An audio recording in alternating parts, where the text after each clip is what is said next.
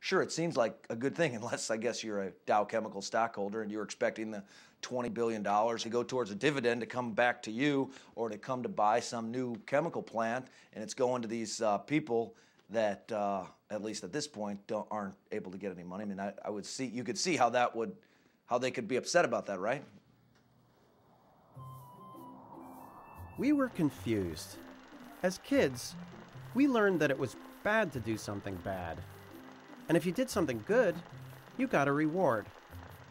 Yet when we announced Dow would do something great, the market gave Dow a spanking. So how could we get companies to do the right thing? We needed to change the rules of the market. But that meant regulation, and regulation meant government. The only problem was, government was drinking Friedman's free market Kool-Aid. Free markets are working miracle after miracle of economic growth. Open markets and rule-based trade are the best engines we know of. But when the government stepped back and let the free enterprise system do its work, then the better we did, the more robust our economy grew, the better I did, and the better my business grew. For the last 30 years, the leaders of most powerful countries did whatever the free marketeers recommended. And what they recommended was simple. The solution is not to have government to intervene or regulate in some way. In fact, most problems will solve themselves if ignored, and let free people working in free markets address them. Following advice like this, governments around the world got rid of a whole bunch of regulations meant to protect people, like in banking. I'm confident that the degree of harm or spillover effect, whatever subprime mortgages go bad, that the market will devise ways to minimize and diffuse the negative effects. Their faith in the market was unshakable, but we all know what happened next. Now with the world's largest insurance company, AIG, on the brink of collapse, it could mean devastation way beyond Wall Street. What other disasters weren't coming? Global warming is silly. It's not a serious issue. Warmer is healthier, and warmer is more pleasant, and that's why states like Arizona keep gaining population rapidly. There are benefits to global warming. Cold-related deaths will actually decrease considerably. Just like with the subprime mortgages, our free market friends were doing all they could to stop government from intervening. Except here, the stakes were higher. I think it's quite possible that if it weren't for groups like ours, that the United States might very well be in the Kyoto Protocol by now. And if you've seen the ads that we ran about a year ago, which we produced in-house on this global warming, where our essential contention is carbon dioxide, they call it pollution, we call it life. There's something in these pictures you can't see. It's what we breathe out and plants breathe in. Carbon dioxide. They call it pollution. We call it life.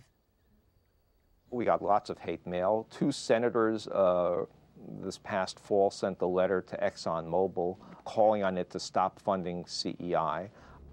So Exxon was secretly paying think tanks to tell us we shouldn't regulate Exxon. Public outrage forced Exxon to stop.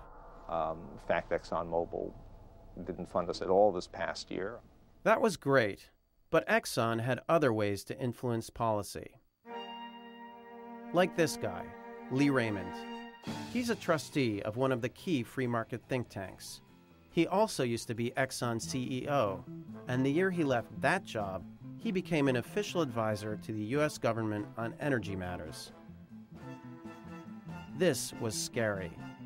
If we let the free market cult keep running the world, there wouldn't be a world left to fix. We had to do something. So when we heard about a huge oil conference up in Canada, we decided to go. Posing as a big PR agency, we offered them Lee Raymond, Exxon's ex-CEO, as keynote speaker. They jumped at the chance. But what they didn't know is that on the day of the talk, Raymond would be suddenly unavailable, and an assistant would step in to replace him. Okay. Yep. This keynote speech will attract substantial media coverage and will be one of the major highlights of Go Expo. What would we do to shake this audience up? It would have to be more shocking than anything we'd done before.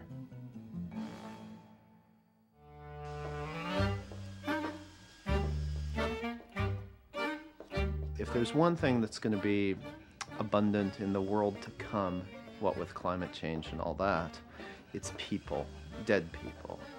This is a pilot program to use that fuel. It's called Vivolium, and here we are, making Vivolium. As Lee Raymond's assistant, Andy would announce Vivolium, Exxon's new biofuel to be made from the victims of climate change. And he'd even hand out a sample. So it started out, we made one Reggie, and then we cast a bunch of Reggies in wax. That's human hair right there. This is a lot of experimenting to figure out how to make a candle smell like human flesh. Ow! I lost a Reggie. Quick! Ow! We wanted to make sure that the oilmen knew what the candles they'd be holding were made of. So we'd show them a tribute video to Reggie Watts, a terminally ill Exxon janitor who had volunteered to be turned into fuel. I think I'd like to be a candle. I think a candle would be fun because there's just so many uses for a candle. There are 6 billion people on this earth today. We're probably using the energies, maybe, of 1 billion of those at best. They had me test a Hellfire missile once. That was pretty cool. We simply haven't found the miracle fuel yet to replace petroleum, but we'll eventually get there if government gets out of the way. We had his miracle fuel, and our grandfathers were turning over in their mass graves.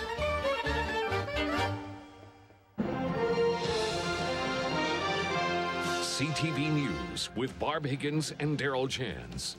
Good evening. A bizarre situation today at the Go Expo Energy Conference at Stampede Park. Organizers and hundreds of Alberta oil and gas executives got duped. They'd been promised a major announcement from a major player in the energy industry. Attendees paid $50 a head to hear this speech from the National Petroleum Council, a group that advises the White House on oil and gas matters. Welcome to Go Expo's keynote luncheon. Please welcome S.K. Wolf.